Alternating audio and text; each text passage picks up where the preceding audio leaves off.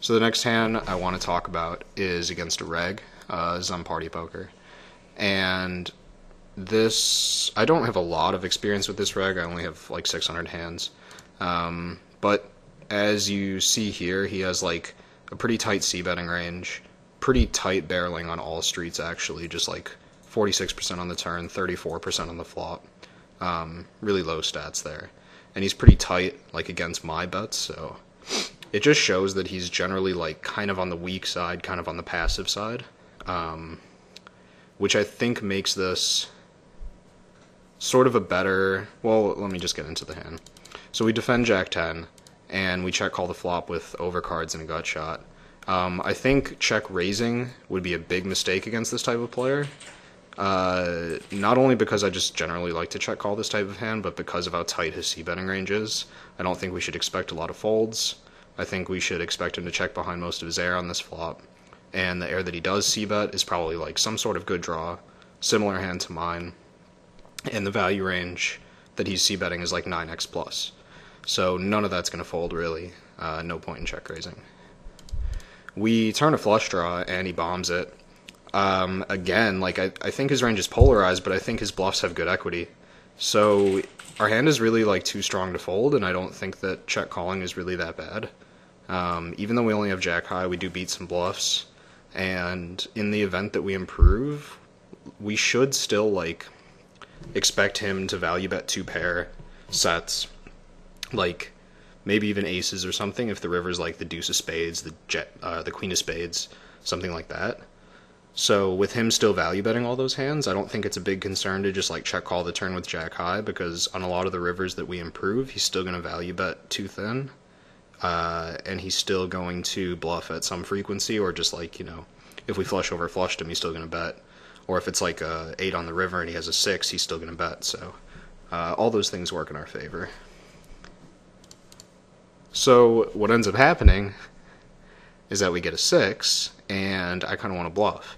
I don't expect him to... I don't expect him to have, like, no straights here. I mean, I think he can have a lot of 8x hands. But with how tight his ranges are on the flop and turn for double barreling, and with the 8 being the gut shot, whereas the 6 was the open-ender, I think that he'd be more likely to be bluffing on the turn with a 6 than an 8.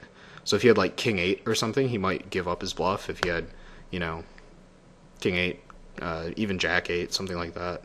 But the thing is, he's going to have a lot of value hands that are really, really unhappy about this river card, knowing that a lot of my range is going to have a straight, 2-pair, stuff like that, and pretty much no bluffs.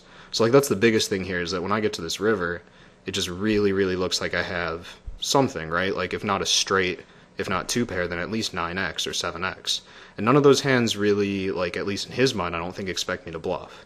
So, presumably, when I lead here, it just looks like I have 8x, because, like, 8x is the only logical hand for me to show up with, which I show up with a lot, that would want to get, like, put another bet into the pot here, when he's very, very clearly strong. So, I just lead out and win the pot. And the last hand here, another different rag on party, sort of different player type, and probably a worse player type to run this play against. So like the previous guy, I think it works really well as a bluff because of how strong his range is for betting the first 2 streets. By not having a lot of bluffs, it sort of weakens his ability to improve on the card that fell, and strengthens my ability to improve, because with me having a tighter range, it gives me more, like a higher percentage of pair plus straight draws, and it gives him a higher percentage of just like made hands from the flop. So that makes that card like dramatically shift my range up, while it doesn't really help his that much. Against this guy who has a higher bluffing frequency on every street, I'm not as crazy about my play, and clearly it doesn't work. But I'm going to go through it anyways. So we check call here with top pair. I think this is really standard, and I think his c-bet is really standard. On the turn, once again, he just has like, he has 8 high, but he has a very strong draw. I have top pair on a board where he's going to be bluffing a lot, and probably never value betting worse, but primarily just bluffing a lot. So I don't think there's anything I can do but call. On this river, there's a few ways that he can have a strong hand here that isn't a flush. And it's just really... So the thing is, I don't expect him to bet the river with many weak flushes, but with his bluffing frequency as high as it is, I do expect him to get to the river with a lot of weak flushes. So like my primary issue here is just, is he going to fold a weak flush? And I don't really know. So I don't mind just like leading here and finding out if he's going to fold a weak flush. Or I would never like know that he folded a weak flush, but if he calls with the 4 of clubs, then I just know that he, I learned that it won't work. I can have at least a few hands here that are going to want to lead. Pretty much like, queen 10, queen jack with a club, or just any ace high club. And this is like one of the weaker, like non-flush hands that I can have, really. So it's pretty reasonable for me to bluff here. Like, he's going to have, every 2 pair from the flop, every set from the flop, a couple rivered straights, and things of that nature, and just like aces, ace king, blah blah blah. All those value hands that don't have a club in them are pretty much just going to have to fold if I lead here. It might, in this particular situation, be better for me to bet smaller.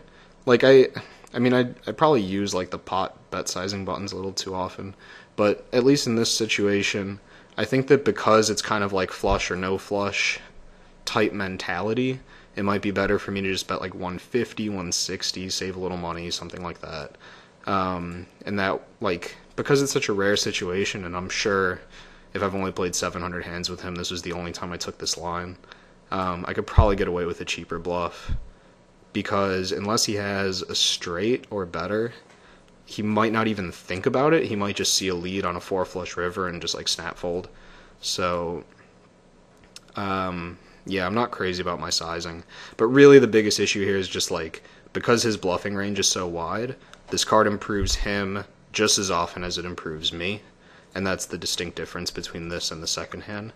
And I think that's, somewhat reflected in the fact that the previous one worked. So, yeah, he doesn't consider folding this hand, which is probably good. Probably good to be curious against me taking this line, because as the theme of this video kind of shows, I tend to just be bluffing a lot against regs and value betting almost always against fish. So, hope you guys liked it, and this is Barewire for HUSNG.com.